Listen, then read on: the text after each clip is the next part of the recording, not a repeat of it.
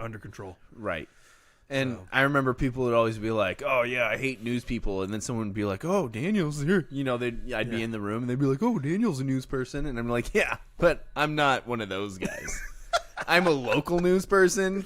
I actually am not told what to say by the man. Yeah, I just report what happens, just the facts. And if anybody tried to tell you what to do, you'd be like, "Nah, I'm gonna do what I want." Yeah, that's actually one thing that I liked about the decision that was made is I wasn't allowed to voice any commercials because they didn't want a news story to happen at one of the businesses and then have there be any sort of conflict of interest with me having to report on it. So I wasn't allowed to do any. And then you didn't have to do that extra work. Yeah, I mean, sometimes they got paid extra too, though. Oh. But I liked it. Now I think you got robbed. Nah. No, it was good. Anyway, this is the Scrimmage. Choice. Yeah, not news radio. Yeah, I'm Justin Domashevitz. That's my friend DJ Butthole. What? And also our trusty producer, Andrew Gross, is here with us as well. After last week, you would have thought that Butt would have taken a little bit longer to get into the show. Nope. I do what I want. As long as I don't Nobody do it, tells then, me what to do. No one's going to scold you, so, okay. Oh. Anyway, we got lots of good local sports to talk about. Good local sports. That's going to be the bulk of the show. We're going to have a horribly difficult decision when it comes to Athlete of the Week. Because it's bulky. We also have a fun bulking mailbag later with Andrew and Elma. And then also I'm going to tell a story that ties together with that, interestingly. Oh, really? Yeah, it's going to be fun. It's going to be fun. So that, and I mean, we're going to talk a little bit about baseball. We're going to talk a little bit about basketball. But let's kick it off with the 2-minute drill. Let's go, huddle up. Gotta hurry. Hey, 2-minute situation. 44 seconds, hand the ball around. Gonna do it right. 3 jet Buckeye on 1. The 2-minute drill starts now. Scotty Scheffler. Scotty won the Masters again. He's so good. He's American and he seems very likable. Daniel, is he golf's new star? You know what's weird? He's amazing. It doesn't feel like his star power is there at all, though. I don't know if he's just too mild-mannered, too quiet, too nice. Like a good dude. Dude who likes to share his testimony when he gets a chance to. Like, I don't know what it is, but there's something about him that he hasn't been glommed onto as the star power guy. He's pretty vanilla. But the dude's awesome. Yeah, he's awesome. You know what's not vanilla? His jank freaking swing. His swing is weird. And I love it because it gives me hope about mine. Jank freaking swing. It's awesome. The Portland Trail Blazers finished the regular season 21-60, worst in the Western Conference, and tied for 4th worst in the NBA.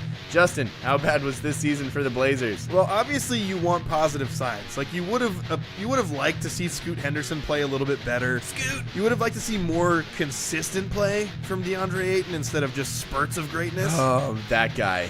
But also, like, I'm kind of looking at it going, couldn't you have been a little worse? Like, yeah. Couldn't you have just secured being the worst team in the league? Instead, the Eastern Conference, holy crap, man. Jeez. The bottom of the Eastern Conference, there's 14 and 15 win teams there. It's bonkers. terrible. Yeah. I think Blazers fans, like, yeah, you wanted to see more positive signs from your young talent, but this is exactly where they wanted to be, so don't freak out.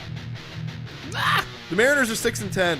Yeah. Their starting lineup contained 5 players whose batting average starts with a 1. And they pinch hit another guy whose batting average starts with a 1. Daniel, you're right. Yeah, they're not batting a 0.1, 1,000. thank you. Daniel, should we just give up and stop paying attention now? Because that's kind of where I am. I'm getting close, dude. I bought into the spring training hype, and now I'm starting to freak out already. That's traditional. Yeah, but it's bad. It's real bad. Where's Jared Kelnick when you need him? Because at least he'd do something that'd be something to talk about, like break something. It might be his toe, but it'd be something. JK. At least Julio Jones can run bases. Julio Rodriguez. Did you just call him Julio Jones? Yeah. Quintorris. Damian Lillard and the Milwaukee Bucks closed their season with a 113-88 loss to Orlando today. Gross. They are the 3rd seed in the Eastern Conference and will face the Indiana Pacers in the first round. Justin, will we finally see Dame make a push to the finals? I want Dame, so sorry. badly to see Damian Lillard make a push to the finals, but I'm worried they're going to lose in the first round. Yeah. Because Sabonis. number one, the Pacers have had their number. I think that I almost said the Blazers. I think the Bucks are 1-5 against the Pacers this year. That's not good. They are also, after doing the really weird thing of firing their coach in the middle of the season, Oh, boy. they're a sub 500 team Oh, boy. with Doc Rivers. Also, Giannis is hurt, so he's going to be trying to come back from a calf injury. Ooh, and we know how that goes. Both you and I personally know about Yes. calf injuries. It hurts, and it's hard to come back, and sometimes you come back and you immediately re-injure it. That's what happens most of the time. They're Because you're also- like, it feels good. I Yeah. can kind of move around Yeah. anytime you need to do something elite. They're a sub 500 team That- without Giannis. They're a sub 500 team since Doc Rivers took over. I think they've lost 6 of their last 8 and 8 of their last 11. They're you- kind of bad right now. So you're telling me that Dame tried to go someplace where he could have somebody else to help him win, and now he has to go score 50 points again? Yes. I'm not sure he's that type of player anymore. I think if Is he well, still the type of guy that can put up 50? I mean, he can do it on any given night. Yeah. It's like that But game Toby in, Keith game song. out. I ain't as good as I once was, but I'm as good once as I ever was. Yeah, so he can't do it for a whole series. Yeah. Like he was expected to, like in the bubble for, Yeah. Yeah. So that's rough. Also, I remember at the beginning of the year, we were talking about teams and like who was projected to do what. Yeah. You saw the Boston Celtics as making moves that made them worse. Yeah. I was so wrong. Whoa! What happened? I think, part of it is that Andre Kirilenko, who I always call Andre Kirilenko when I'm talking about I was gonna say, Kristaps Porzingis. I was going to say, hasn't I'm Kirilenko mixing been up my tall, gangly white foreigners. Hasn't he been retired for Yeah, like sorry. 10 years? No, I do that literally 90% of the time when I'm trying to come up with Kristaps Porzingis. I initially call him Kirilenko. Anyway, AK-47 So- reference. I was not expecting that today. first off, he's been healthy a lot. And that's new. And also, he's kind of, because he's not the best player on the team, he kind of is in a role where, like, he can be the X factor, and he's so good at that. And sometimes, because he's a center, but he's weak, so when they play against a really strong center, then they put a different person in to play that spot, and he kind of comes in and has an impact different ways. I think the thing that is going to be interesting about the Celtics, because they're so clearly the best team, Yeah. It's that crazy. it would be shocking if they lose, but it would also not be shocking if they lose. I Because, saw something that shocked me. yeah, The Golden State Warriors are closer to being the 1 seed in the West, and they're the number 10 seed in the Yeah. West, than the Milwaukee Bucks were of being the 1 seed in the East, and they're like the 3rd seed. yeah. I think that Like- I think the Knicks were the 2 seed, and they ended up like 14 games out of the Celtics. Yeah. It's nuts. So part of it is Jason Tatum, Jaylen Brown. Can these guys actually perform in crunch time when necessary? Is And Jimmy Butler in the playoffs? Yeah, he's in the play-in. Well, you know he's going to turn into a different human. Probably. And also, like, he'll do it for a little while and then fade like he did last year, because he'll do it and be amazing and then get hurt. And then play hurt and be bad. Or less good. It's just the East is really interesting. The other thing with the Bucks was they lost that game to Orlando in embarrassing fashion. Orlando's like the 5 seed, I think. Okay. So they're not a bad team. But Milwaukee actually had something to play for, because they were in the 2 spot. They dropped to the Right. 3 spot Right. with that loss. And I wouldn't give a crap about the Milwaukee Bucks, except I love Damian Lillard. Exactly. So I'm very invested in him doing something. And now, I guess the other interesting part of that is what feels like the most likely 7 seed is the Philadelphia 76ers. And the Sixers, Embiid's been hurt so much this year, but when he's healthy, they've been so good. They're like 31-8 or something with Gotcha. him. Yeah. So they're a 7 seed that's not really a 7 seed. So if you're the 2, you have to play potentially the second best team in your conference. Right. So they lost that game on purpose then. Maybe. Yeah. But that's like trading one evil for another, because like now they got to play the Pacers, and the Pacers kick their butts. Yeah. Chase Ferrier says the Celtics are winning it all regardless, so nothing else really matters. The one thing I would say there is I watched the Mariners win 116 games in a season, and that didn't work out for them. So. Chase, how many titles do the Celtics have in your lifetime? Well, I'm going to say 0. Wait, when was Kevin Garnett? Maybe 1. Chase isn't that young. No, you're right. That was what? That was fairly recent, wasn't it? I think they have 1 title. Gotcha. And besides that 1 title, you have to go back to the 80s. But they had a lot in the 80s. And a lot in the 60s and like all the times before everyone here was born. Right. Random thing. Maybe Celtics I shouldn't get suck, to this is what on I'm such saying. a... Yeah. Like it's a trash franchise. You're a terrible person. You were wondering about where Kellenic was? Yeah. Well, don't worry, Daniel. He's come back to earth. Over the last 7 games, he's only hitting .333.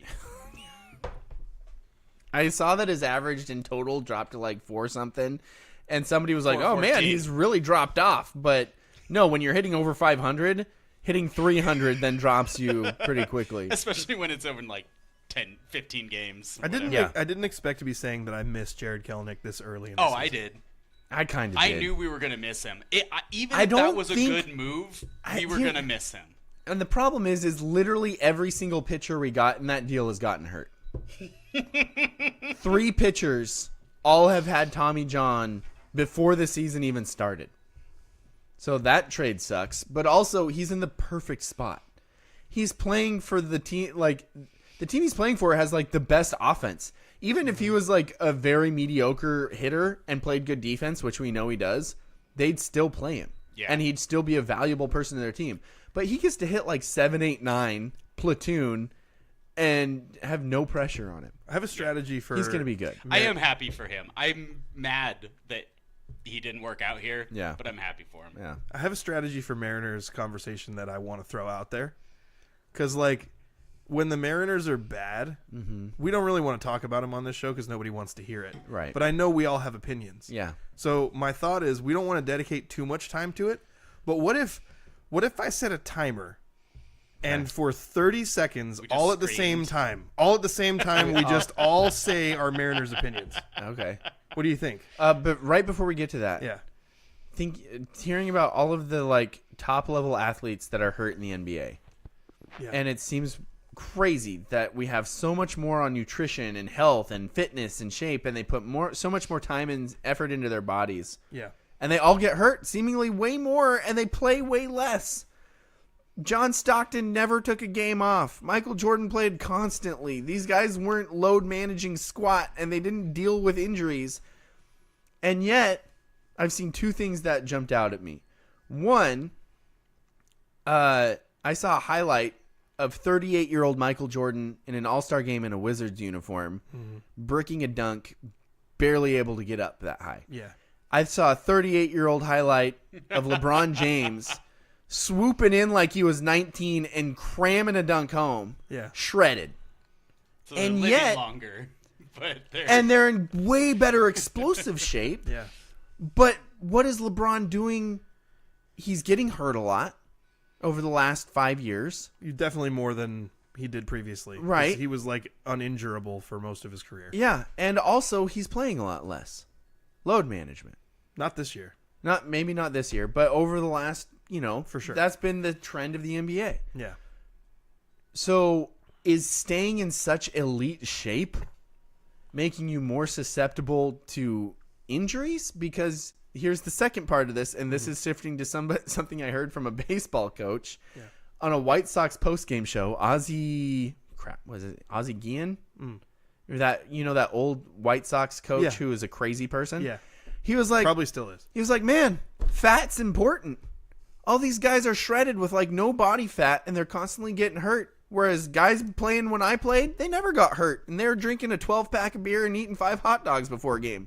Fat keeps you healthy. And I was like, could that actually be the case? Doesn't sound right. But are athletes too shredded now? Like, and I get why they are, It's because actually been my strategy. the for peak most of my life. performance, the peak performance. How's that worked for you? Yeah, Pretty good. Yeah. the peak performance has been higher though, right? Yeah. Like the peak has been higher, but Yeah. the injuries have seemed to follow that, Well, haven't they? There's a couple things. Like, it's different in every sport. Like, baseball, the strategy of how you do things in baseball has changed quite a bit. Yeah. Right? Like, with launch angle and like all the torque that's on people's arms for how hard they're throwing. Well, yeah, you can take pitchers out of it. Pitchers are Yeah. going to get hurt no matter what, and also they just have a timer on their arms. Yeah. And velocity seems to be making an impact, making that worse. I don't have as good of an answer for baseball, but I think that there's some factor in basketball that the game is just faster. You hear like, But also remember, the game was so much more physical. it was more physical and brutal. It's like a freaking but fight. But if you're talking about like muscles and ligaments and stuff, Yeah. I've heard some players who played in the 90s put voice to the fact that, man, I watch the game now and realize that 75% of the guys who played the game back then would not be able to hang. They weren't in good enough shape to keep up with the speed of the game now. Because it wasn't as important to be Yeah. in top level shape. They were just gifted. Yeah. They were the gifted ones. And the Celtics suck. Okay, anyway. Do you want to go to our 30 seconds of us all saying our opinions at the same time? Andrew, are you ready for that too? Do you have opinions? I don't have any opinions. Okay, well you have to come up with I something. just have questions. You can ask the questions. Just ask the spew questions. them. Just say The words. important thing is we have to do this all at the We same all time. have to be talking- Get it out of the way. We're going to be as efficient as possible. Yeah. Are you ready? I'm going to set the timer. Ready, go. Why Why do you do I have even watch a this team? quality at Like, bat? you Like trade all I Jared want Kelenic, is and then somebody Julio to Rodriguez, just have a who I quality called at bat. Julio Ty Jones, France is is out the there, only and person he can't even that can run have a quality bases at bat. properly. And shocker, Like, you put it's him out proved there out to in his run batting the bases, average. and he just Everybody gets else picked off. can't hit So, it all, and everybody's I'm like, "Oh, trying to batting watch this average team, isn't but they're 6 important." and 10. If Well, you why do you extrapolate that over suck the and then season, also they're have gonna be bad 60 batting averages? and 102? Just throwing that So out, what is even it's the point just of watching this team mind-numbing that's how just this been continues to exasperating happen, me for years? and then you're just like, over and over strikeouts again. don't And matter. time. Oh, I was just getting into strikeouts. So That's a baseball thing, not a Mariners thing, though. Yeah. The whole thing that the pitchers go strikeouts, and the batters go, strikeouts are okay. It's Andrew a bailed what? on that so fast. Yeah, he did. Did you hear my question? I Why is the didn't. beer so expensive? Wait, they lowered their beer prices this year, though. Did they? Yeah, I Or did saw they Giant just- eye roll there. I saw that. It's They only have- $15 a beer now. They have value beers, which Yeah, I know. assume are They're like so- this. No, the value beers are not new. They did say that they made them more available. They ruled it out like 2 years ago. They're 12-ounce beers for like $6 or $8, and they were at like 4 spots somewhere. Gotcha. I found them one time. Yeah, I've never found them. The It's hard to value find. beers should be at the closest spot to every single to seat. everybody. I only said that because I saw an interview with the Mariners PR person saying Yeah. that they lowered the prices of all tickets and Which- they lowered the prices of beer Which because is- they were trying to make the games more accessible and fun for everyone. That is such a load of crap. My buddy was one of those flex season ticket holders, and prices went up by like 50%. That's a So lot. to say that they lowered the prices of all tickets, it's like, Yeah, I'm Maybe not they sure. lowered the average ticket price and now you can buy like bottom barrel tickets in standing room only sections or something. And they were also Maybe. saying like, oh, we have all of these cheap nights on like come to a game on a Tuesday and a Thursday, and we have like these $10 Do you know how much deals. it costs me to go to a weekday night game? Yeah. A lot more because I can't work the next day. Exactly. But it's frustrating. I once stayed for an 18-inning game and then worked the next day. What a boss. You carried around a garbage can once and threw up. Did in you it while were- drive directly to work from the game? My dad was with me and he was driving us to the game and I had to work at 2 a.m. the next day. No, 3 a.m. the next day. And so when the game ended, I got home. You were late to work, weren't you? No, it was exactly enough time. I got home, changed my clothes, went to work. That's That's awesome. brutal. Yeah, But they yes, lost, though. Andrew. That, to be for the record though, Justin didn't actually work at that time. He just sat in the office. There's That's not a total lie. there is a massive disconnect in baseball right now where you have the same people hyper focused on pitchers that can strike people out, and then on the opposite end of the thing they talk about offense and they're like strikeouts don't matter, and you're like, Yeah. how is the most important thing as a pitcher striking people out? Yeah. And then when you're hitting, it doesn't matter if you strike out. Well, I think what we learned Like, is hey, that how could this get any more obvious? obviously Like dum-dums. strikeouts are the most important and the least important thing.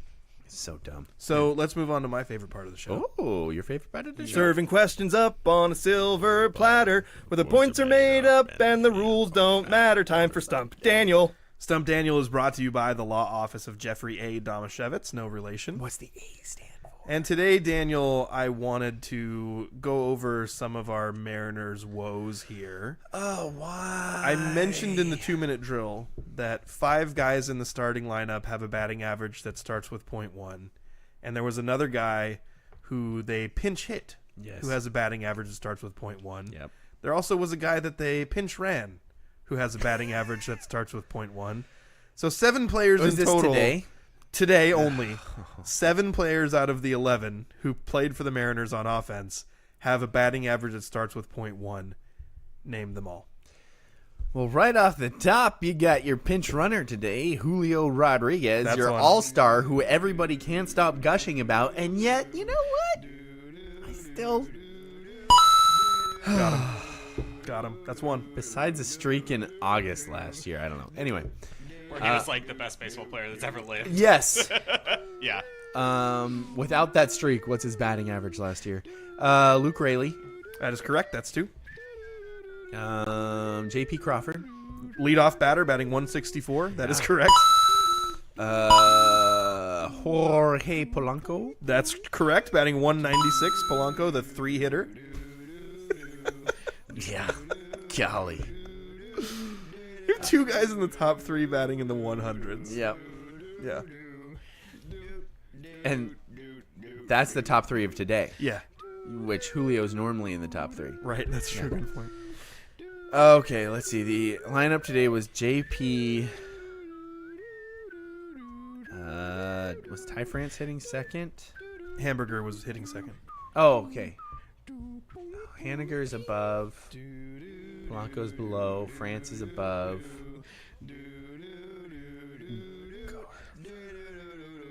You had Canzone hitting 5th. I'm gonna say.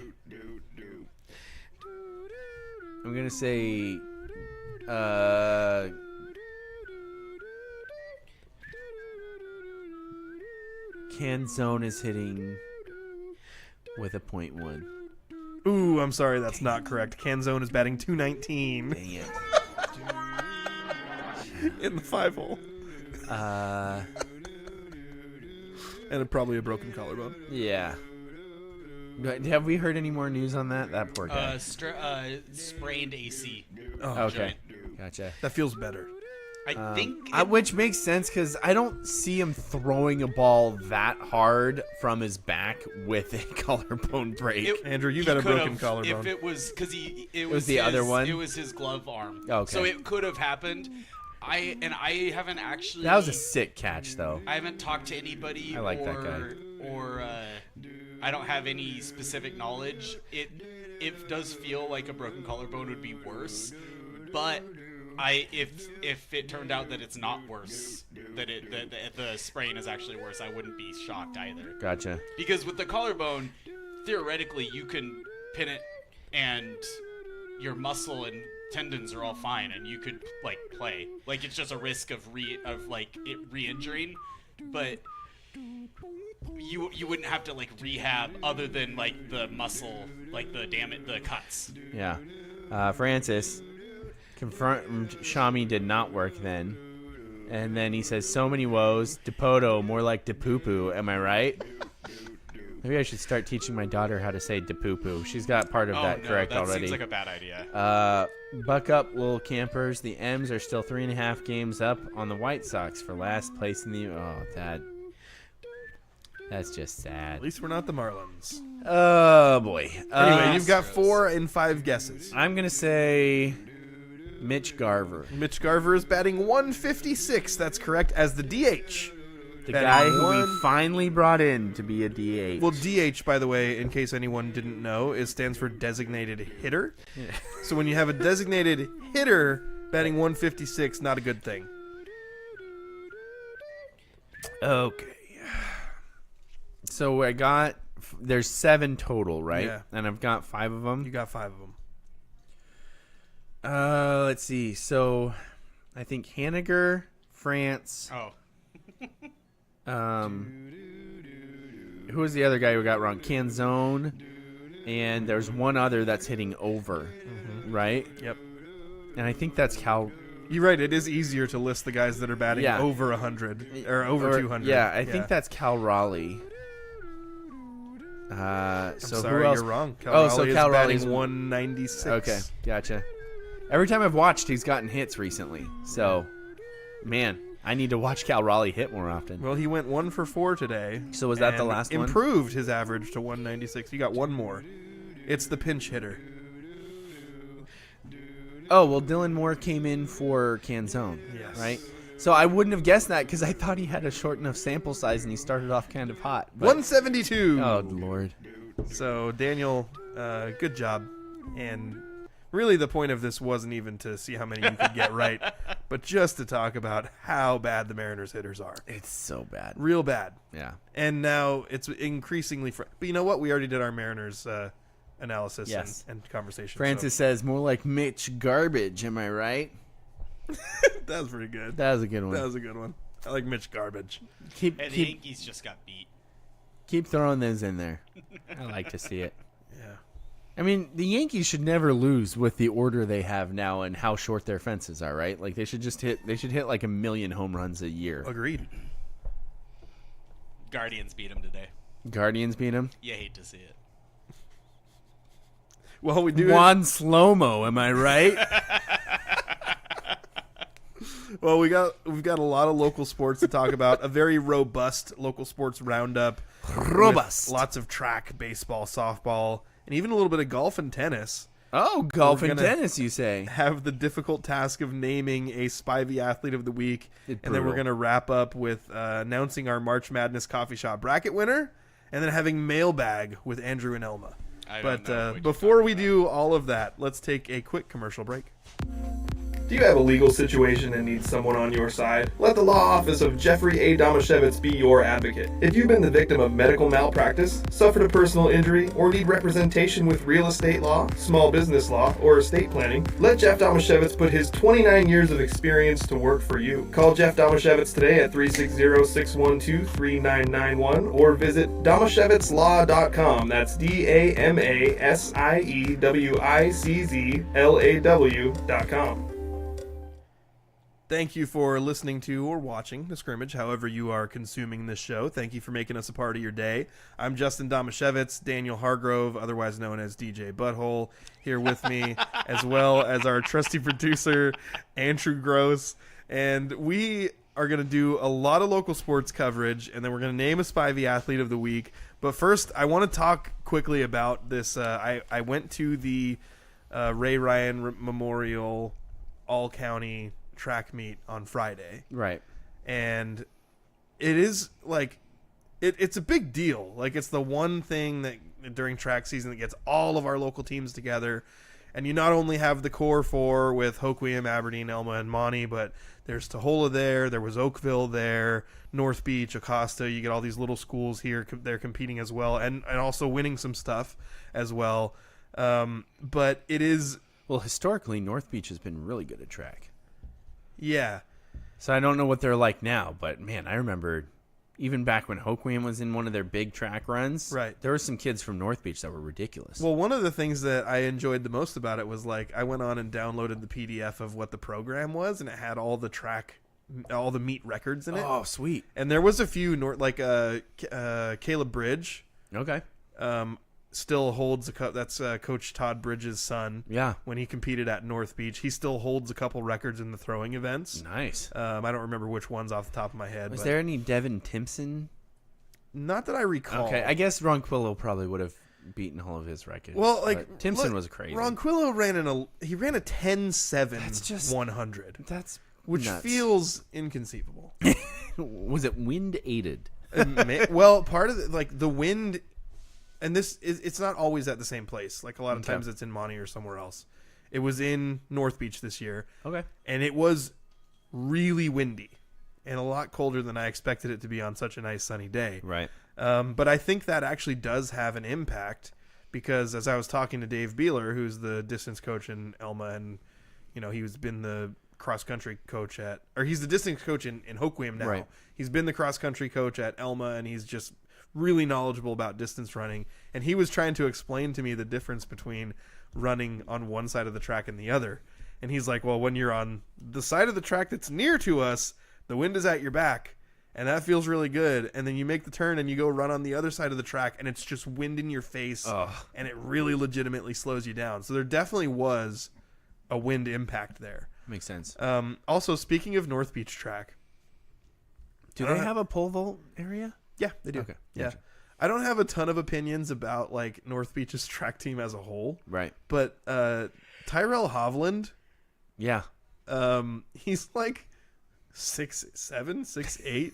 Like he's this massive kid. Yeah. I watched him during basketball season. Good basketball player, athletic. Yeah. Their team is super young and wasn't great, but like, you know, he was impressive as a basketball player. He's a sprinter. What? And I want to say that his PR What? in the 100 is like 11.82 or something. Whoa. He's fast. Holy And usually crap. like there's kind of a sprinter size thing where like, yeah, there's a lot of guys in that like 6'2" range, you know, that are long striders. They're built a certain way. Like Micah Schroeder from Aberdeen, I say, is kind of in this like, Yeah. he's kind of low 6 foot, and But- he's built with as a long strider. But you don't see a lot of sprinters in like the 6'7", 6'8" No. range. In general, like Olympics and everything, Yeah. sprinters are tiny. Yeah, They're like 5'10" to 6'1". right.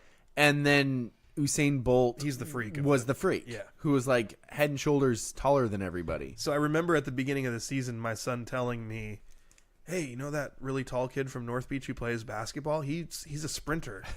And I That's was like, nuts. I mean, honestly, there's tons of kids who sprint. They run like 6 heats, and like a lot of them are young, and like Right. there's guys who don't really like to sprint, but they like the workout of sprinters, and so they do it anyway.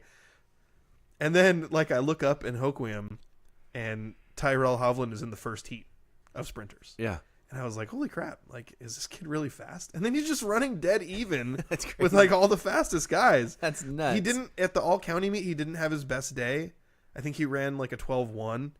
But compared to what I've personally witnessed he can do, and Yeah. from looking at his PR, I know he can do better. But he- the kid flies. Is he better in the 200? I'm wondering, like, once not he sure. gets going. Like, I'm really curious because Bolt used to run the 400 because Right. he was taller, Yeah.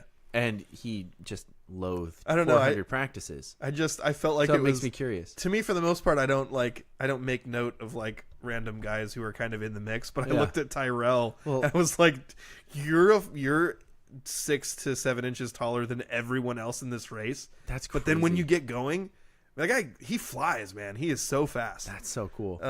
But we got a lot of good stuff to talk about from the track meet. One thing that I would say, as I'm watching, a personal takeaway: great distance runners look different. Like, you think of distance runners as like people who are just plodding. You know, everyone's kind of just, you kind of you're jogging along. You're Do trying you? to keep a good pace. Yeah. Well, that's what 99% of them do. yeah. And then And- you got your Jane Roloffs and your Haley Schweppes and your Henry Nelsons. Henry Nelson. Yeah. And like, they freaking run. Yeah. They run the whole race. Yeah. Those are the kids who you're like, yeah, you're just a distance runner, and Yeah. you're like, can I sprint that fast? I don't know if I can sprint that fast. Well, and we talked to Jane, and you like the strategy, and I told her, yeah, my strategy would be start fast, run fast in the middle, and end fast. yeah, And she was like, you know, I kind of focus on keeping a good pace and making sure that I'm at a pace that's sustainable. right. And I watch her run these, and she was sick. Like, Oh. she almost didn't compete apparently in these races, and then she came and she broke the meet record in the 800. And that's then not even her best race. And she also won the 1600. So she did that, and then like you watch her off the gate, and I don't want to like slight any of the other distance runners. There's good ones. Yeah. And Haley didn't run the 1600, but Haley Schweppe from Montesano Right. didn't run the 1600. But Jane in the 1600, sick. Yeah. And not running her best time because she's run a 5:01. She ran like a 5:16, Yeah. 17, something like that. She lapped all but 3 people in the 1600. Holy crap. And when I tell you that it just looks different, it's mind-boggling to me, like what Jane does, what Haley can do, and then also like watching Henry from Aberdeen in the 800. He just starts off the line and he just runs. Yeah. And you watch him thinking he's not going to be able to sustain that 2 times around the track. Yeah. But he did, and then he got faster at the end. Yeah, he's a tall kid, right? I couldn't say. I only saw him from a distance. I couldn't say for sure. If it's who I'm thinking of, it's like, okay. I didn't think of him as tall when I saw him, but it's definitely possible. You're built differently. Like, Jane's kind of tall for a girl runner, too, right? I feel like that's my image of her, at least. Well, I met Jane's mom, and I drew a clear line that Jane cannot be Athlete of the Week until we get cookies. I think that was the most important thing. Yeah, it makes sense. But she's sick, so we'll be lenient. Yeah, she's just, running sick and breaking records. Yeah, it's just no big deal. Anyway, we got a lot of track in the local sports roundup. Okay. A lot of baseball, softball, and as I mentioned, we also have some golf and tennis. So let's get it going with the local sports roundup. A couple of records were set at the Ray Ryan Memorial All-County Track Meet in Ocean Shores on Friday. Aberdeen's Henry Nelson set the meet record in the boys' 800 meters with a time of 1 minute and 57.88 seconds. He was flying.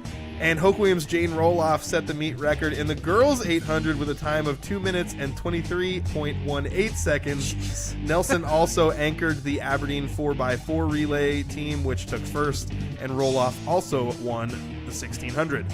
Aberdeen's boys team took first with 226 points. Montesano was second with 165, and Elma third at 100.5. On the girls' side, Montesano placed first with 175 points, Aberdeen second with 147.5, and Hoquiam third with 97. Here are some of the individual results from the boys' side. Aberdeen's Micah Schroeder, just a freak, just a sophomore, won the 100 and 200, tied for second in the high jump, and anchored, that's a good word, the Bobcats' second place 4x100 team. Aberdeen's Isaac Garcia won the 400 long jump and triple jump. Weird combination. Dang. Like it. And ran the Bobcats' first place 4x4 team. Elma's Frank Roberts won the 1600 and 3200, followed closely by Montesano's Benny Anderson and Hoquiam's Riker Maxfield in both races, who took second and third, respectively. Aberdeen's Caleb... I'm going to say Schmelfenig, we'll go with that, won the 110 and 300 hurdles. Those are the weirdest distances. Hurdles have weird distances. And then the boys run 110 and the girls run 100, but they both run 300. That's so weird. Weird. While Elma's Ryder Nelson took second in both of those races, Montesano's team of Isaac Hawkins, Mason Rasmussen, Thomas Flink, and Peyton Domashevitz won the 4x100 relay. Aberdeen's team of Schmelfenig, Garcia, Nelson, and Victor Gomez won the 4x400. Aberdeen's Tyler Bates won the shot put and the discus. Montesano's Gabe Bodwell, won the javelin and high jump, and placed second in discus. Monty's Pau Suranak, did I do that right? I think so. Won the pole vault, the crazy person sport. Babe Gobwell. Now for some more individual results from the girls' side.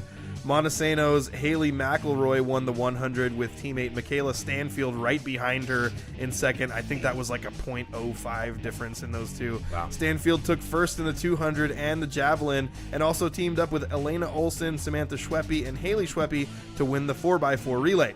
Olsen also won the 400 and placed second in the triple jump. Haley Schweppe won the 3200 and took second in the 800. Montesano's Sam Roundtree won the 100 and 300 hurdles. Elma's team of Diana Guzman, Eliza Sibbett, Adriana Canios, and Beta Valentine, a lot of names I know there, won the 4x100 relay. And Oakville's team of Riley Morrow, Bella Kimbrell, Destiny Beaver, and Mia Berg won the 4x200. Nice. Montesano's Willow Valentine won the shot put, and Tahola's Tamira Grover Curley won the discus. Hoquiam's Haley Johnner won the high jump and the pole vault. Elma's Georgia Burkhart won the long jump, and Aberdeen's Annie Troe won the triple jump. I was just talking to one of the Tro twins. I apologize. I don't know if it was Annie or Zoe. It was one of them. I got coffee at Tinderbox, and I was like, hey, you doing any spring sports? And she was like, yeah, I do the triple jump. So maybe it's Annie, or maybe they both do. They both run track. I don't know Do who they both does. do the triple jump? I don't know. Do you ever walk up to him and be like, "Hi, Annie or Zoe"? Because No. you know the Talon twins, the Moral twins who Right. used to play in Aberdeen and moved to Black Hills. Right. When I used to see those boys, I'd say, "Hey, what's up, Quentin or Talon?" Because I could not tell them apart. If I wouldn't have spaced on everything, I would have said that. But instead, I completely forgot her name altogether and just said, hey, you doing any spring sports? Hey there, sport. Yeah. What's your brother doing these days, too? He's high jumping at Linfield, by the way. Doing great.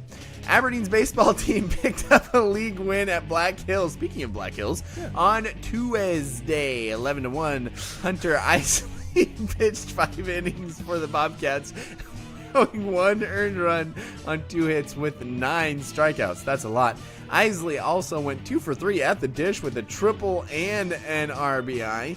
Charlie Ansich went, Charlie Ansich went 2 for 3 and drove in 3 runs for the Bobcats. Aberdeen was back in Tumwater on Wednesday and suffered a 3-1 loss at Black Hills, which is Tumwater. It's all weird. Bucket Baylor Ainsworth pitched 6 innings for the Bobcats, allowing 1 earned run on 2 hits. Unfortunately for Aberdeen, fielding errors led to more runs by Black Hills. Bobcats lost again on Friday, 4-2 at Rochester. Elma's baseball team won at Hoquiam 5-1 on Tuesday. Grant Vesey got the win on the mound, pitching 3 1/3 innings, allowing 1 unearned run on 1 hit and striking out 4. Vesey also went 2 for 3 at the plate with a double, a run scored, and 2 RBI. PL Willapa Valley's baseball team swept a doubleheader against Raymond South Bend on Wednesday, winning the opener 18-1 and the nightcap 16-1. Blaine King, Canyon Clements, and Max Jarvis each recorded 2 hits for PWV in the first game. Blake Howard led the way offensively in the second win, going 3 for 4 with a home run, 3 runs scored, and 3 RBI. A couple of baseball results we don't have full stats for. Montesano picked up a 9-0 home win over Centralia on Friday, led by Camden Taylor's complete game shutout on the mound. He also then went and did a powerlifting meet on Saturday. And Elma's Carter Studer pitched a no-hitter in a 3-2 home win over Tenino on Saturday. I just received more information on that. A little bit more information on that. On the Elma email. one? Yeah. Okay, good. It was part of an Athlete of the Week thing, so Love it. have a little He's bit already more on for the Studer. nominees Yeah. list, so I'm glad to have that info.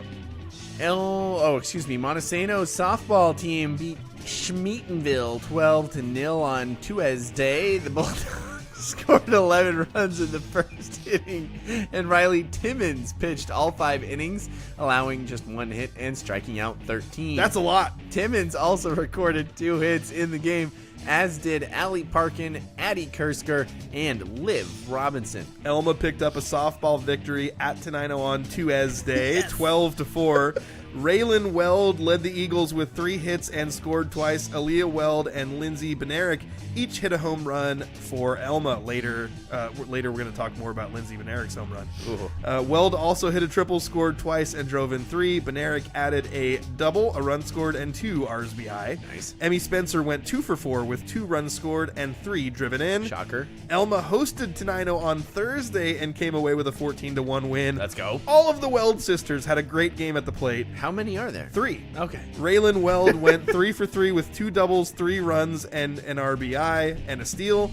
Ashlyn went 2 for 3 with 2 doubles, 2 runs, and 2 RBI. And Aaliyah 2 for 2 with 2 runs scored. I think Raylan and Ashlyn are freshman twins, and Aaliyah is a senior. Yeah. That would be so fun. And That's they so went a combined 7 for 8? Yeah, Is that math right? I think so. I think so. Wow. Yeah, looks Radio right. math. That's awesome. Sticking with softball, PL Valley swept a twin bill against Raymond South Bend on Wednesday. Wednesday. Yes, dang, I missed it. The Titans took the first game 14-4, led by Rylan Chanel Channels, probably Ryland Channels. I think Channel. Yeah, probably not Chanel from France, but Ryland Channels. 4 hits and 4 RSBI. Lauren Matlock's 2 triples and 4 runs scored, and 3 hit performances by Jillian Hodel and Carly Phelps also paced the way. Freshman outfielder Tyler Keaton hit a 2-run home run and to end the game, nice, via the mercy rule in the 6th inning. PWV won the second game 15-9. Keaton went 4 for 5 with 2 home runs, 2 doubles, 4 runs scored, and 7 RSBI. Sheesh. Kendall Koski led the Ravens' offensive effort, going 2 for 4 with 2 doubles and 2 runs scored. Tyler Keaton's stat line for that doubleheader, insane. We'll talk about that more in the Athlete of the Week. We're hosed, man. Raymond, this is going to be so hard. Raymond South Bend rebounded from its losses to PWV with a 15-7 win at Hoquiam on Thursday. Ashley Payne pitched a complete game for the Ravens and went 4 for 5 at the plate with 2 RSBI. Cassie Koski went 4 for 5 with 4 RSB with a double, 3 runs scored, and 3 driven in. Faith Prosh had a big offensive game for the Grizzlies, going 3 for 5 with 2 doubles, a home run, 3 runs scored, and 2 RSBI. Lexi LaBounty also hit a home run for Hoquiam before leaving the game due to an injury. Uh-oh. Hopefully not serious. Yeah, seriously. Reigning Athlete of the Week, Lexi LaBounty. Whew. After a 12-day break, Aberdeen softball team came out of hibernation and resumed action with a 6-2 home win over Centralia, improving to 7-2 on the season and 4-1 in league play. They've got a bunch of studs, and Annika Hollingsworth pitched all 7 innings for the Bobcats, allowing 2 runs on 3 hits, striking out 11. Hollingsworth also went 2 for 4 at the plate and drove in a run. Super high expectations for that Aberdeen softball team. Moving on to boys soccer, Montesano won at Ilwaco on Monday, 13-0. Wow. Chris Tobar. That's not a soccer score. No. That's what I think you should have to play backwards when you get past 8-0. Like, you have to run backwards. Former Spivey Athlete of the Week, Chris Tobar, had a hat trick and an assist for the Bulldogs, while Jules Dejour, Nolan Swenson, Felix Romero added 2 goals apiece. Then Montesano suffered its first league loss of the season on Wednesday at Eatonville, 3-2. Romero and Tobar each scored once. Raymond South Bend soccer team took down Hoquiam 7-1. Hoquiam on the Monday in South Bend. RSB's Edgar Ramirez scored a first hat trick, and Chris Quintana added 2 goals for the Ravens. Santiago Martinez Ortiz scored the lone goal for the Grizzlies. RSB won another home match on Wednesday, 4-2 over Elma. That was supposed to be French. It was miserable. You used like 4 different Are accents. we trying to keep this secret? You went from French to Spanish to vaguely Irish to American at the end. That was rough. That was rough. Which one did you just read? Raymond's soccer team? I read Raymond South Bend soccer team, yeah. Thank so you. now you're on Hoquiam. Hoquiam bounced back with a 4-0 win at Forks on Wednesday. JB Fabian scored 2 goals. Hey. Former Spivey Athlete of the There's Week. a name JB we Fabian know. scored 2 goals for the Grizzlies. Santiago Martinez Ortiz scored 1 goal and assisted on another.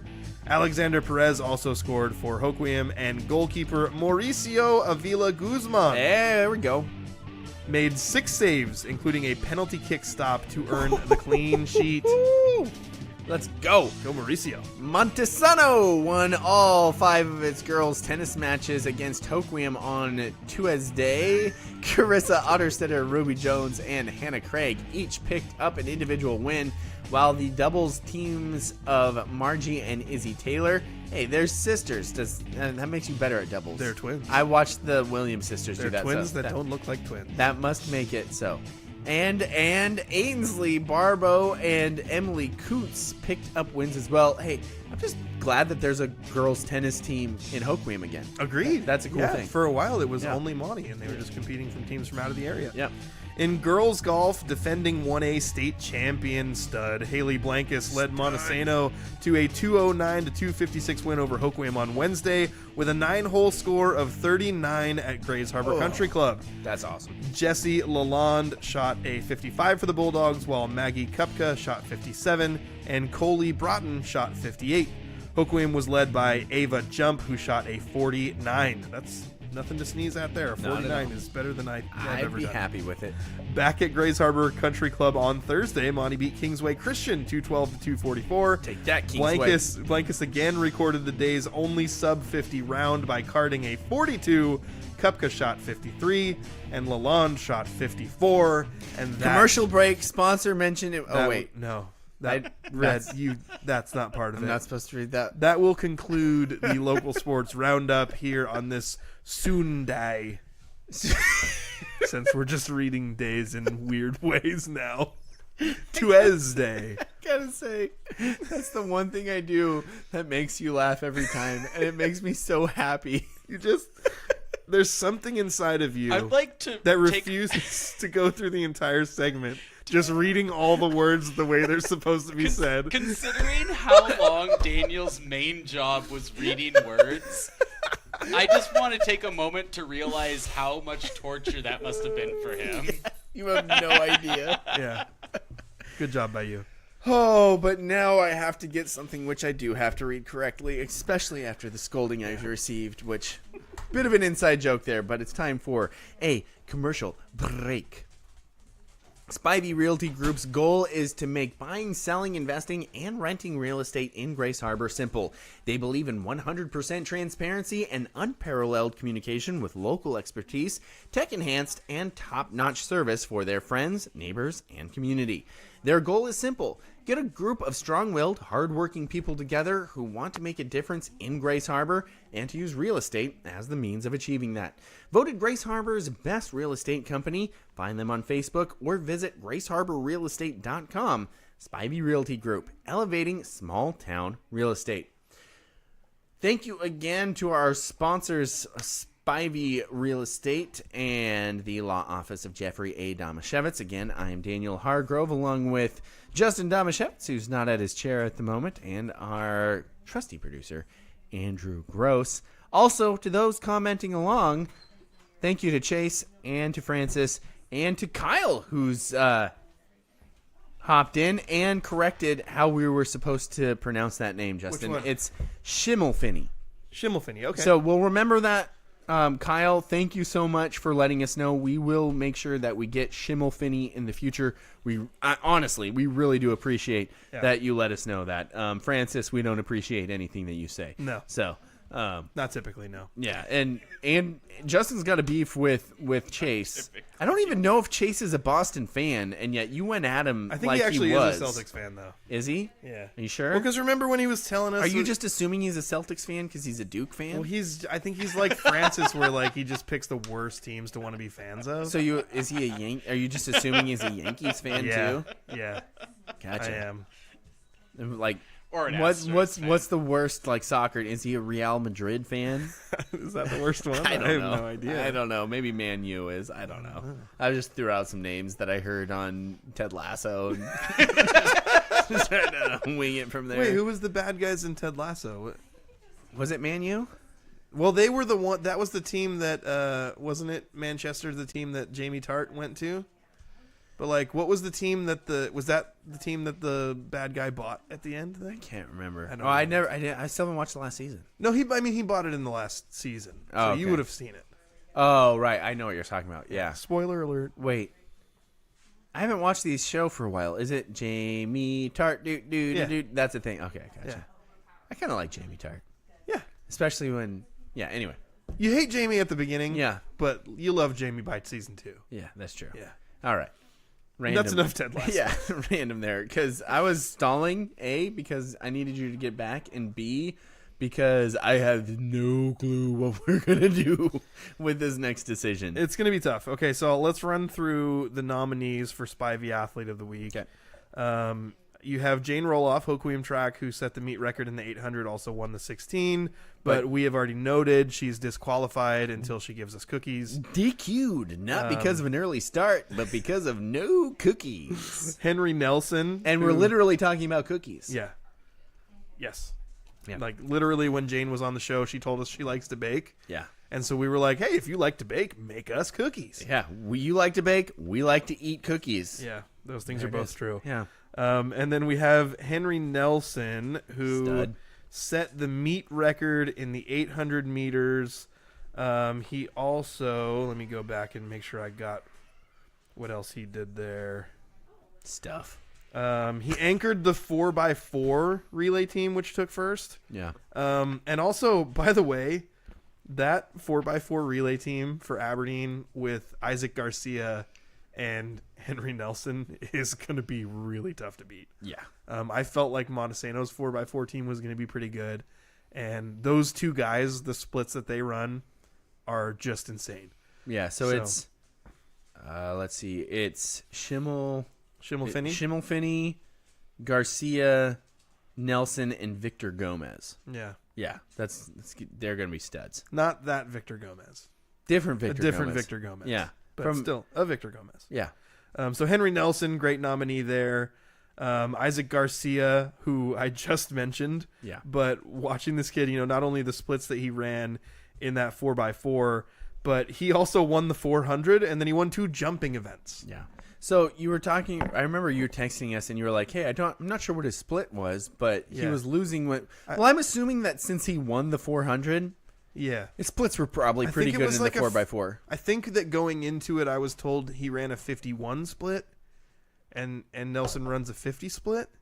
Dear goodness! And like in the 4x4 relay, all the splits are a little different. Because you get a running start a little bit. The only true 400 is the opening 400, right? And you get everyone's a little bit different. So anything sub a minute is just unfathomable. To yeah. me. So I yeah, just don't understand it. So those two guys run really good splits, and they beat what I felt like was going to be a really good Monty 4x4 team. So I'll throw Isaac Garcia in there as well. Lindsey Benaric, who we got a nomination from Elma softball.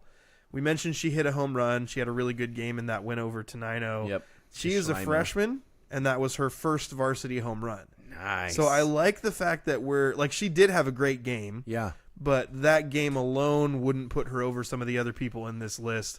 But knowing that, that was a milestone. Yeah. First home run. That's awesome. Big deal. Yeah, that's cool. I like that one a lot. And then Beast Bode. Bodie Polar, #Beast Bode, #Bodie Bombs, got his 100th career varsity hit this past week. Dude. I think he actually got his 100th and his 101st in the same game. This makes me really curious. How many? I don't think anybody kept track of that when I was playing. Yeah. So that's really cool. Well, we had remember for softball we had. I feel bad that I don't remember her first game, but the Scott girl, got 100 hits last year as a senior. Right. Is it Allie Scott? That sounds right. Okay. Anyway. Also, Bodie's probably been on varsity a lot longer than I was on varsity. Well, he played as a freshman. Yeah. So that's probably something that but I don't know how helps.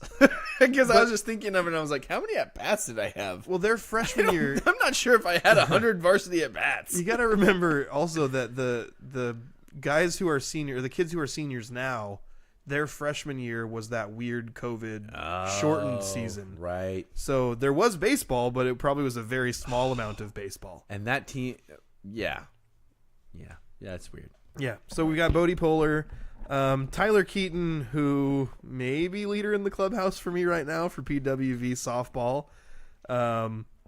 She played in a doubleheader against Raymond South Bend, so you got the rivalry escalator there. Yeah.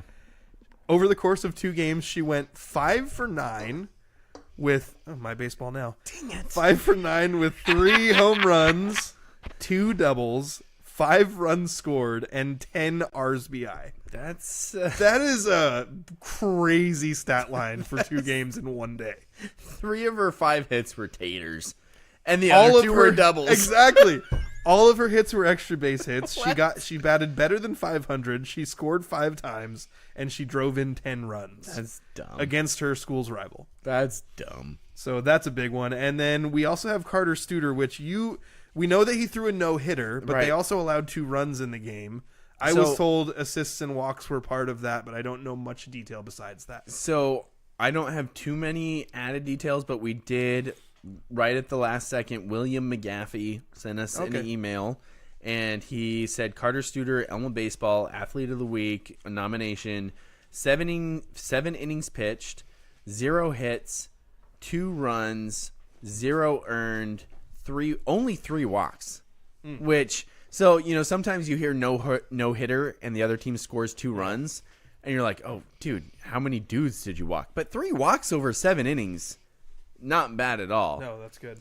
4 Ks, 3-2 win over Tenino, and that was it. So 3 walks and 4 Ks. I would like to see more Ks, but only 3 walks. The 3 walks was better than I expected to see there. Yeah. So excellent performance there. I think the added thing to note is they were playing against Tenino, Who's really good. and against in the RPI, Tenino is ranked number 2 in the state, 1A, and Tenino is one of only 2 teams to beat Montesano this year. So you're playing a game; it's a league game, Right. And for Elma, you're sort of playing a little bit from behind because you're kind of in this spot where you're a little bit behind Monty and Tenino. So what you're saying is the Evergreen's pretty darn good this year. I think the top 3 teams in the Evergreen are really good. I do, yeah. I mean, if you look at the RPI right now, Take that, Trico. Tenino is 2 and Monty is 3. And Elma is up there. I don't remember where they are, somewhere in the 10-ish range, I think. Okay. And, I think everyone recognizes that Elma team is good. Yeah. So they're definitely not anyone to sleep on when postseason rolls around. But there's still a lot of season left to play. But I think noting that he got that no-hitter against a team that's really good is kind of an escalator in my mind there. Absolutely. I have a favorite, but I don't have a ton of conviction with this favorite over other favorites. I like what I think your favorite is. Yeah. I would like it better if I knew that she was in Willapa Valley instead of PL. Because one of those is in Pacific County and the other is not. Yeah. But she plays on the team that includes Pacific County.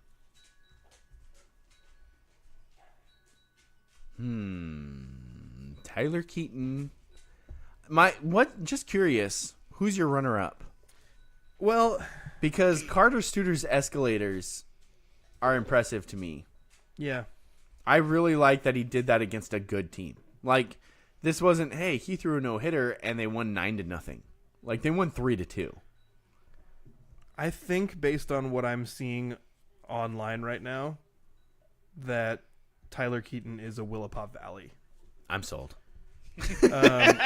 So I've got two notes. Actually, I'm gonna make 3 notes here. 3 notes. So one is I was at this track meet on Friday, which I thoroughly enjoyed, despite the fact that it was bone-chillingly cold with the wind. And it takes 9 hours for track meets to take place. We got home at 10:30. I watched Henry Nelson run the 800, and I was like, well, obviously Jane's disqualified because cookies. Yeah. Henry's going to be the athlete of the week. Yeah. And Will Bowling was the previous record holder in the 1800, and that was his teammate last year. Yeah. So, he broke his own teammate's record from last year. That's crazy. And just eye-popping watching Henry Nelson run that race. It stood out. And then also watching the way he anchored that 4x4 team that performed so well for Aberdeen as well. I thought, it's going to be Henry Nelson. Right. Who else could it be? I mean, we're going to have to keep an eye on him because I feel like he's going to deserve one at some point this year. I think he might have actually been athlete of the week at one point from cross country. I think he might have been too, but we'll have to go back and check the records on that. So then we should make a list. We probably should start keeping track of who I we actually select. Typically, I we make just a list scroll back. Yeah, that's true. We have should, an accessible list. Yeah. I like that. We could just make I'll work on Google it. sheet. I then watched Isaac Garcia run the 4x4. That dude's an athlete. And then saw that he ran the 400 and won it. And then I was like, what else did he do in this meet? Oh, he won 2 jumping events. Yeah. So then I was like, okay, well, if Henry's going to be the athlete of the week, it's got to be Isaac too. Then I got this email about Lindsay Benerick, and I was like, she's a freshman playing varsity on a good team. Yep.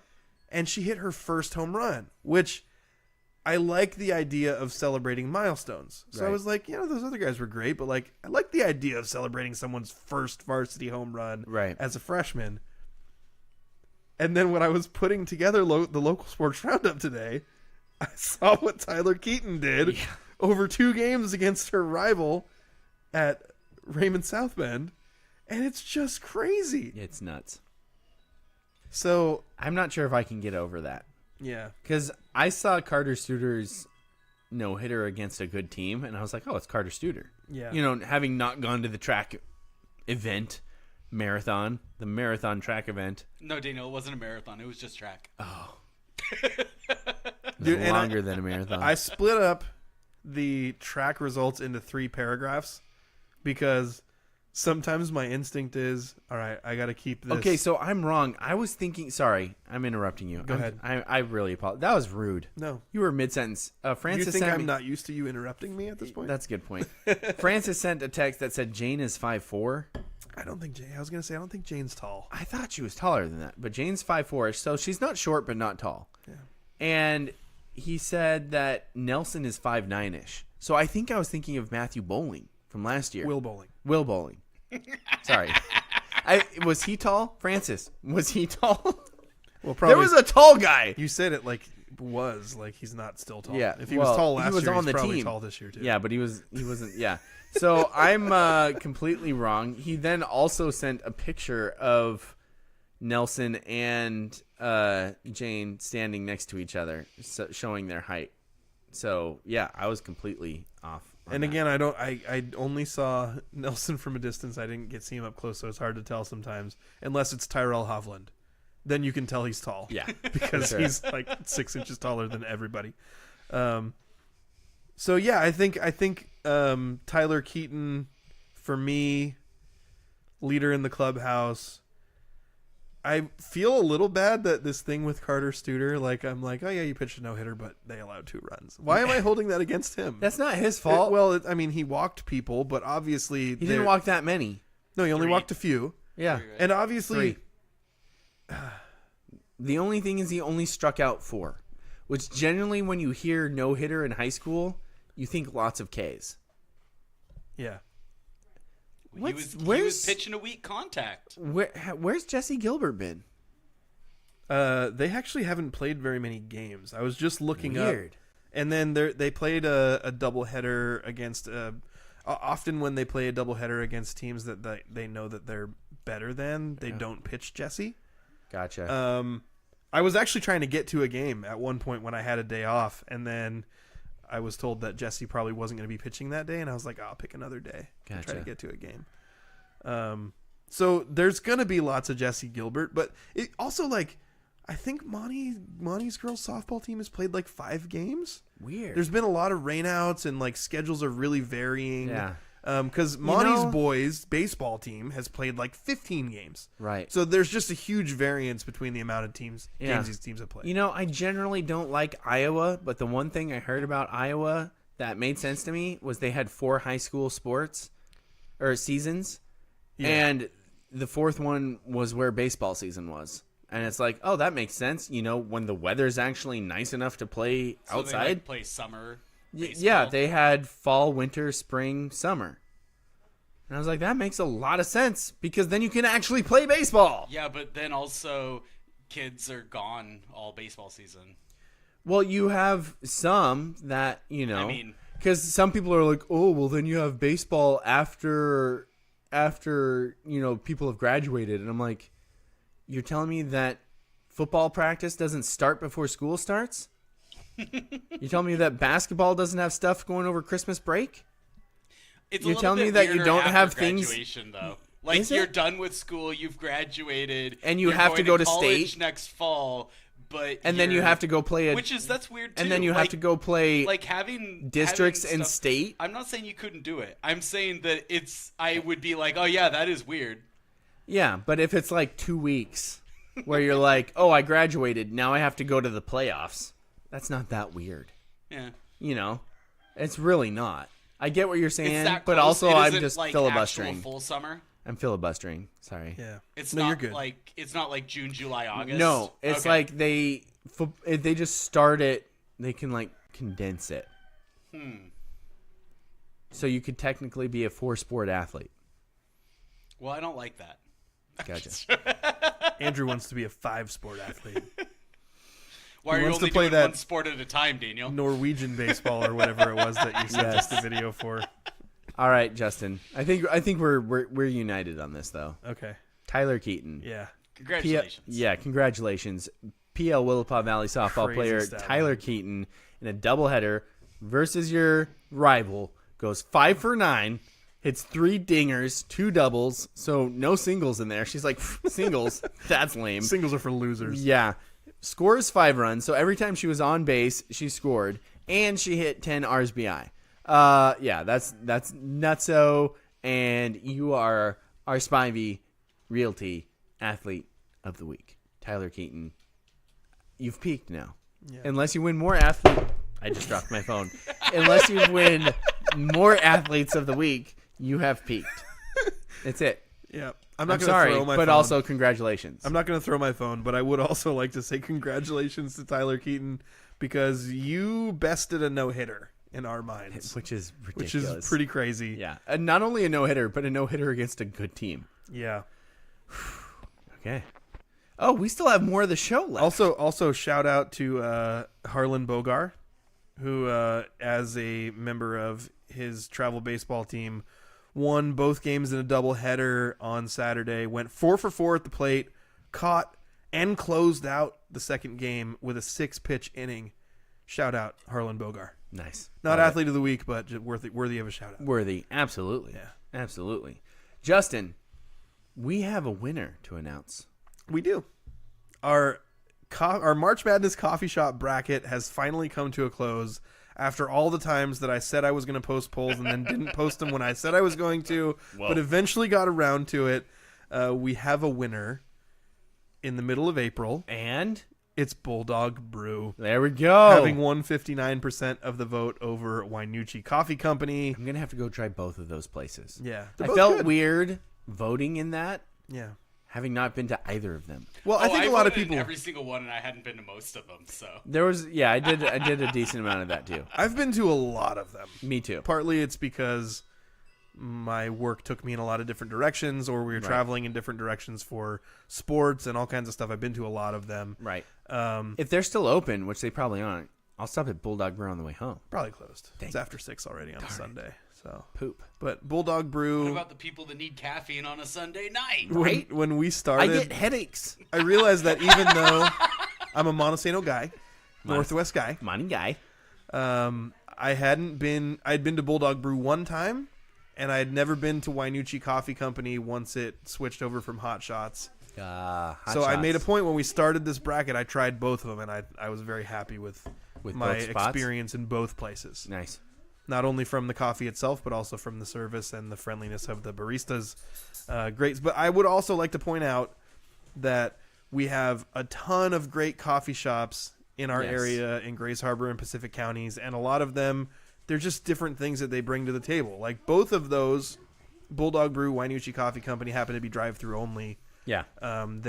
If you're in Monty, there's a sit-down place that all wrapped up.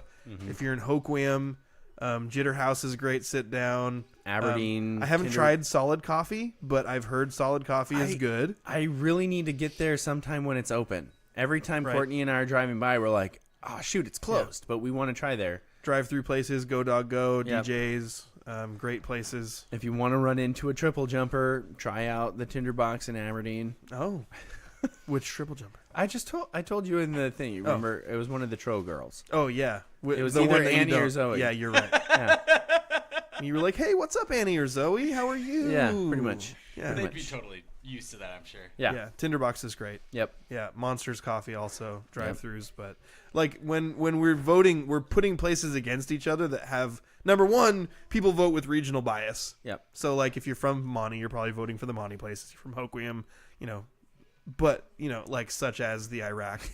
But I think it's important to remember that we're putting shops up against each other that are actually, even though they all sell coffee, they're very different from each other. Right. Some have bakeries. Some have don't. bubble waffles. Some have bubble waffles. Some are sit down only. Yeah. Some are drive through. Some are both. So like, there's so many great places, and just because they didn't win our bracket challenge doesn't mean they're not worth going to. And Right. yeah, it's not like there's any actual evil choices here. There's Yeah. no Duke. There is there no it is. Duke. That's all Justin was trying to I've say. never loved you more than I love you right now, Andrew. There is no Duke in this bracket. Yeah. Just like there was no Duke in our restaurant bracket last year. Yeah. Yeah. We run a respectable bracket. Yes. No Dukes allowed. So, yeah, suck it, Chase.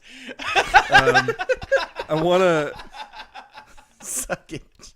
I want to move on now from the March Madness bracket, even though it was a lot of fun. Yes. I want to go to our mailbag, which we don't often do, but we got good stuff today. We do. Mailbag. Yes, Send the mailbag. Send us your stuff in a mailbag. Andrew, how easy would it be for you to play the audio clip? I can play it now. Okay. Well, let's set it up. Okay. So I'm driving to work. That's Friday? Yeah. I'm driving it to Thursday or Friday? No, it had to be Thursday. Okay. Because I was sick Probably a lot Thursday, this week. yeah. So I was driving to work on Thursday. And I generally listen to Brock and Salk as I drive to work because they're the only local show that talks about stuff that has just happened. Local to Seattle sports. Yes. Yeah. And so I want to hear stuff that's talking about that. So I'm like, all right, let's tune in to Brock and Salk. And then all of a sudden I hear him talking about Andrew and Elma. And I know when they mention Andrew and Elma, that's my guy. That is our producer, Andrew, who had texted in. And so I would have said Andrew. If I were him, I would identify myself as Andrew in the Woods. Andrew in the Woods. But he's Andrew in Elma now. Yes, he is. It's the same thing to them. They're in Seattle. That's a good They point. literally interpret it the same way. All right, so then Also, I just want to say, so since it was Danny and Gallant, I have been listening to them most mornings on my phone as I work. And I text them roughly like people talk on our YouTube chat. Right. Like I just text them my reactions all the time. Like I'm skeptical. many times per morning Right. because it's fun, and also because I know that I started way back when because it was during the lockdown and they didn't even know if people were listening. And I was like, I'm here. You're trying to be a Right. good guy, make sure they know Exactly. they're Like, not it's screaming way into the more wind. fun to do radio when you know you're talking to people. because we have no idea. Yeah. Like, as much as I get annoyed with Francis and the stuff that he says, I'm so glad that he messages us. Don't look at me like that. Okay, so anyways, that's why this I text them many times a day, and the purpose of that texting is because it's fun to just poke fun at what they're saying or whatever. So Daniel gets to hear this live as it's happening. I hear a recorded clip later, and I'm rolling in laughter. Without further ado, Andrew, go ahead and play the clip of Andrew in Elma. All right, I cut chunks out of this that Okay. were not relevant, so this is with chunks cut out. Okay. Dude, we just did how many questions? You have 10? That was well. It got down to 9 because you sort Okay, of 9 in 11 minutes. Yeah. Jeez. No, it was That's a more big the long pauses. That's a big Like, step for wow, me. wow, That's 9 long answers in 11 pauses. minutes. I feel like that's progress. Yeah, So, it was something. That's for sure. It was yeah, definitely. that was sure a lot of hubris for me It to was- say that it I'm was informed. I definitely apologize. something. That definitely sounded very arrogant. Segueing out of that, Andrew and Elma says, might need to workshop that segment name, maybe slow pitch, soft toss, Listen, Elma, you take it down a 8-minute notch. offense. 8-minute offense. You kill take the it- clock. Yeah. You've been through Elma, Salk? I have, as a matter of fact. I ate On your way to Montesano? No, on my way last year to what's that little coast town? The little like fake coast town they built, Seabrook. So On my perfect. way to Seabrook last year. Well, it's You good. have to be there and see it. Yeah, it wasn't a town up until like 10 years ago. They like manufactured a built- town. Yeah. It's right nice. about I had a this. good time there. I'm not taking it. That sounds more negative than It I did meant sound it. It very just doesn't have negative. like 100-year-old beach houses or anything. No, it's like one day someone's like, It's a resort town. we should build a town little here. resort. Yeah. And then they did. And so you have this sort of like fake thing that grew up there. And it's nice. Pleasantville. Good food. I bet you went through Montesano on your way out there. We Yep, did, Elma as to a matter of Montesano. fact. We Yeah. did. But I stopped for breakfast or like a brunch in Elma. Elma? It was great. I thought about Andrew and Elma. That's how I Did you remember really? it. Of course. Guy texts the show like 300 times a day. He's like a part of my life. That's funny. I have like Heather, the girls, Gertie, and Andrew and Elma. That's like the people that are most relevant to my life on Burger at Smitty's. a day-to-day basis. Oh, Burger All at right, Brock, Smitty's. let's do a little Blue 88. All right, there you go. That is today's version of Blue 88. A lot of text messages coming in. Let's see. Salk, you're right. Seabrook is fake. Yes. You can't understand it until you see it, but it's kind of like Pleasantville with 3-story condos. It's cool. It is cool. It's cool. I enjoyed it, but that doesn't make it. I mean, both of those things can be true at once. Yeah. It felt manufactured, and I enjoyed that. Bougie? They do it. Yeah, it's pretty nice. It's a little upscale. bougie, yeah. But it's New new. age. Everything's new, and I think every single one of the properties there is a different floor plan. There's no repeat of anything. Interesting. Is that It's a little eerie, though. Like, I went there, and all the Justin's properties the have a best, funky not you. name. Yeah. And, like, we were driving around. I was with my parents last year in Cecily. We're driving around, like, where is this place? Like, we couldn't find it. And finally, we were just like, How all do right, you pull not over. find Pull it? up the damn map. Like, pulled over. It's right Looked to there. our right. There was this place. It was like, felt like a tractor beam had sucked us into some, like, I don't know, like the Shining Hotel or something. It's cool. Salk, did you eat at the Rusty Tractor when you stopped in Elma? Yes. Oh, yeah. I did eat at It's a the Rusty breakfast? Tractor. Had really good breakfast there. Nice. And Andrew and go. Elma touched that I thought of him. How can I not think of you? You're like a part of my family at this point, Andrew. You text 300 times a day. I got my kids, my dog, I got you, I got Matt in Oregon, and then everybody else who hates me. That's like basically my family at this point in my life. I'm the one who All hates right. him. Coming up next, Justin had some very good ideas That's so to good. replace something that I think everyone's going to miss. It's next on Brock and Salk. Not our Justin, but the Justin, the producer. Justin, the producer there, who mentioned burger at Smitty's. And as soon as he said burger at Smitty's, I was like, Justin is the man. Yeah, he like, I liked him, but the fact that he just knew burger at Smitty's, I was like, my guy. This is the man right here. Andrew, when Mike Salk is mentioning Heather, the girls, Heather's his wife. So, that's the echelon that Andrew is being he's put a part up of my into. family, he says. He texted, and then I love the part where Deeply he's concerning. like, he was like, I was driving past Elma, and you're like, oh, you thought of Andrew, and he's like, how could I not? He's like my family. Andrew and Elma text 300 times a day. So good. So then later Andrew tells us, well, I would guess he does the Andrew thing where he's like, I would guess that I text more like roughly 5 to 20 times a day. I'm like, first of all, 5 to 20, big range there, buddy. Also, I maybe depends on text if I like care. once every week. I've never texted. And they never read my stuff, but they read Andrew and Elma's stuff all the time. And every time they do, like I said, I was listening live to that and just absolutely giddy. I laughed so hard It was so when I good. listened to that. Also, Andrew, in all your texts that they read, no lies detected. Yeah. You nailed all of Everything. that. Absolutely. All of it. Most of that I didn't text most of those things about Seabrook and stuff. No, That but you wasn't- did. You texted the Brock slow takes, right? Or slow pitch. Like, yeah. Yeah, that was Every- Also, was it you that correctly predicted that he ate at the Rusty Tractor? no. Okay. Oh, okay. No. Whoever did that, kudos to them. Kudos. Too. That was Yeah. probably Justin. Yeah. All Justins are the best. Yeah. Debatable. Anyway, that was awesome. And they actually nailed Seabrook. Yeah, they totally did. And also, it's so when funny you 'cause- were like, it's not that hard to find. But I could totally see someone driving down Highway 109 and being like, Oh, Highway 109. See, it doesn't cross my mind to go that way. which way did you go?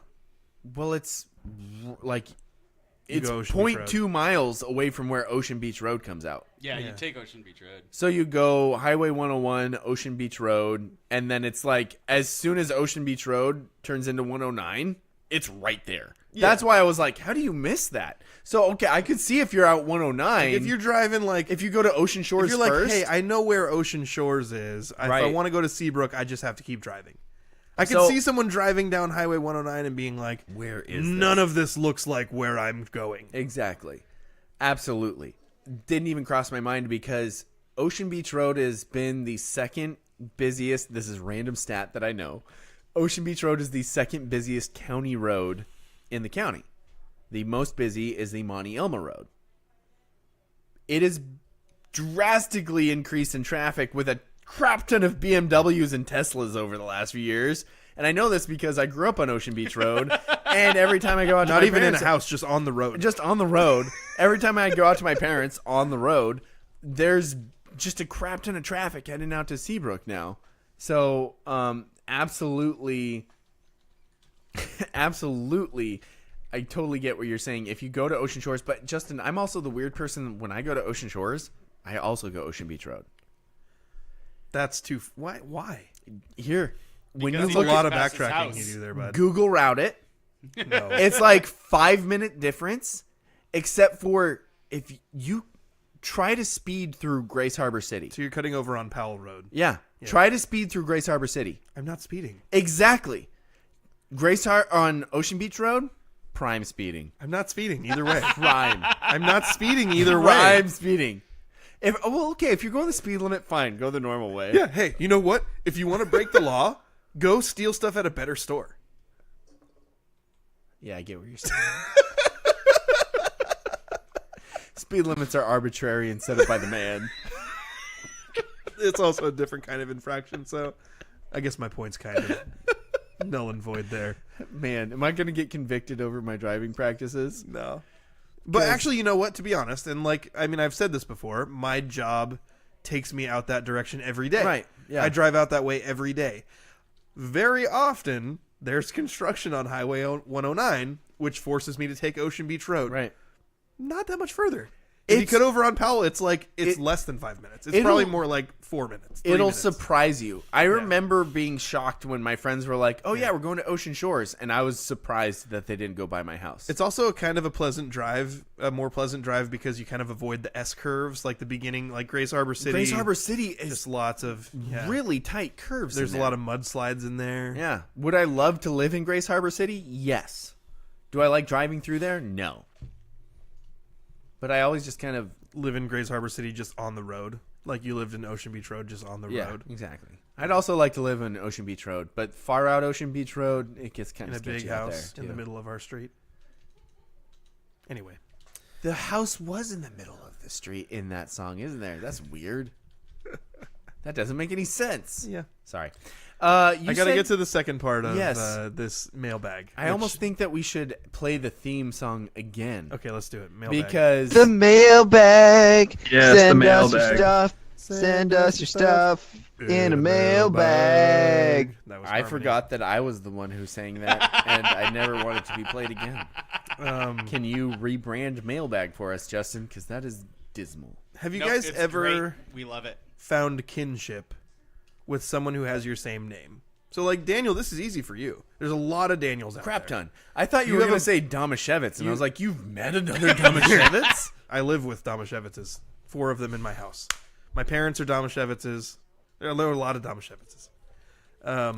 But Daniel, you have a brother-in-law I do have a brother who's a Daniel. You're right. And lots of other Daniels in your life. Have you ever been like, hey, we're Daniels? There was a time when I used to go to a church thing on Wednesday nights when I was a kid, and we had different teams at that church thing, and there was 4 Daniels on one team. Okay. We called ourselves the 4Ds, and my brother-in-law was part of that. 4 Ds? The 4Ds. Okay. Yeah, it was better than 3D. It was 4D. That was a bad choice. Yeah, we were like 10. Okay. Yeah. So let me explain how this started. I got a spam email. Okay. You get those. They just say, I get spam texts. something like, Hey, emergency, Justin. you need to, you're behind on this bill or something like that. Okay. And then there's a file. Never click the file. Never click the file. Don't. That's all the viruses. But I got one of these. I get these like once a week, Every single one. which I'm told means that probably my information was in Oh, it's one of out these there. data leaks somewhere. 100%. But I get these every once in a while. Yeah. So I got one time, Okay. not realizing they don't send those just to one person. There's a long list of people and they're all in the same email. Right. So you can So- see their emails too? Someone hit a reply all. Let's And go said- that person. Said, guys, don't open this file. It's a scam. Another person who was in the reply all noticed that person's also named Justin. And then looked at the list of all the emails, and there's hundreds of them in one email. Were you all Justin? They're all alphabetical. So there are hundreds of Justins in this email.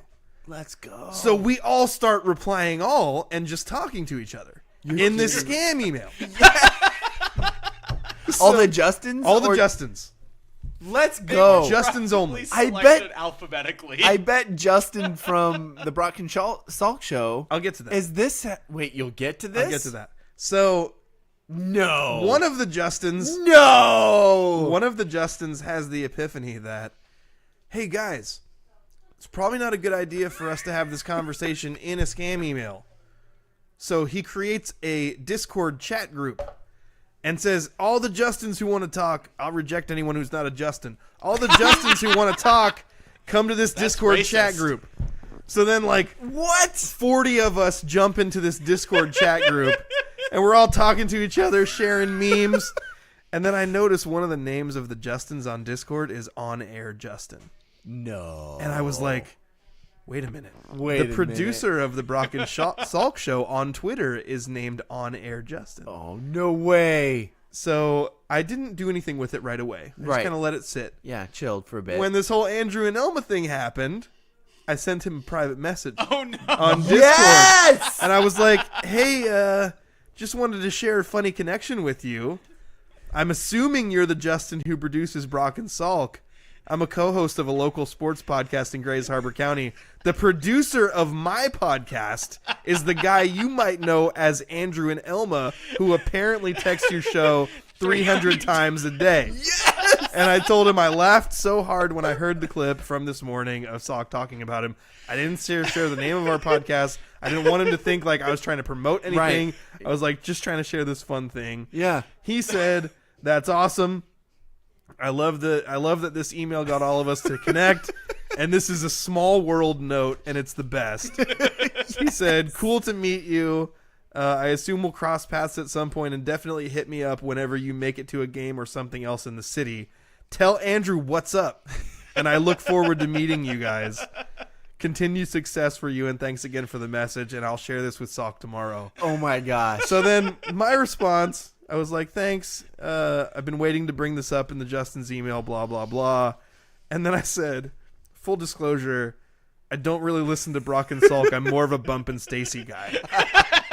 Dude! I sent that. Dude! I sent that 3 days ago, and he hasn't responded. You ruined it!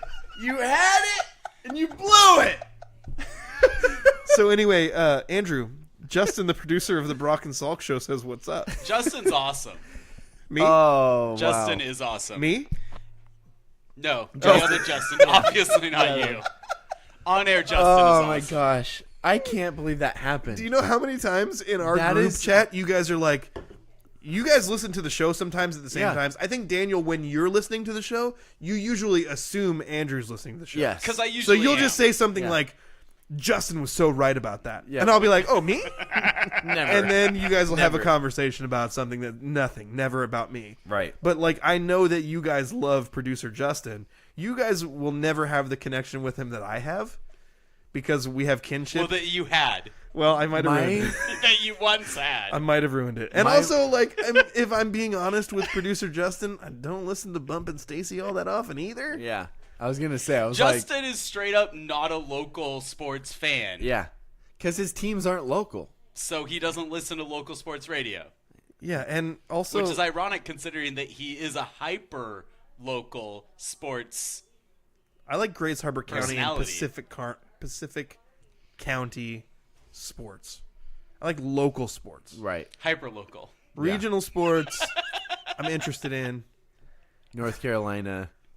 You're all about Other side of the country, Yeah. I'm all over it. Texas Tech. Tennessee. Hawaii. Every now and then. Kind of all over the place. L.A. Lakers. Yeah, you're right. Basically, like, anything that doesn't happen in the Pacific Northwest, I'm rooting for. Yeah. Yeah. That checks out. Two things. Yeah. A, B, C, 1, 2, 3. No, two things. I don't know what the second thing is.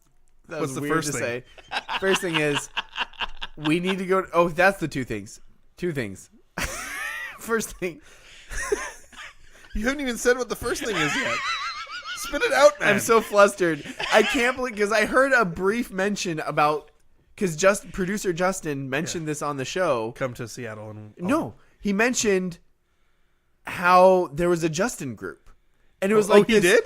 There was I like didn't this. hear that. There's this very brief mention where Salk mentioned a Justin group or something, and Justin made some small comment about it, and I was like, and in my head, Andrew, I'm thinking producer Justin would be a part of a group full of Justins. And our Justin also would be, obviously. I never had an inkling that our Justin would be a part of this same group. You guys are not welcome, so don't even think about it. No. But We don't really want to be in that group. now, Wow, I'm telling on-air Justin that you don't want to be in his group. Andrew, On-air the three Justin of us intimidates me. the three of us have to go to a Mariners game. And we have to let Justin know that we're going. Me? Okay. No, not you. The three of us have to go, and we have to through Justin or you, because I'm not cool enough. Dang it! That's Your the name's second not thing. Justin, and you're not Andrew and Elma.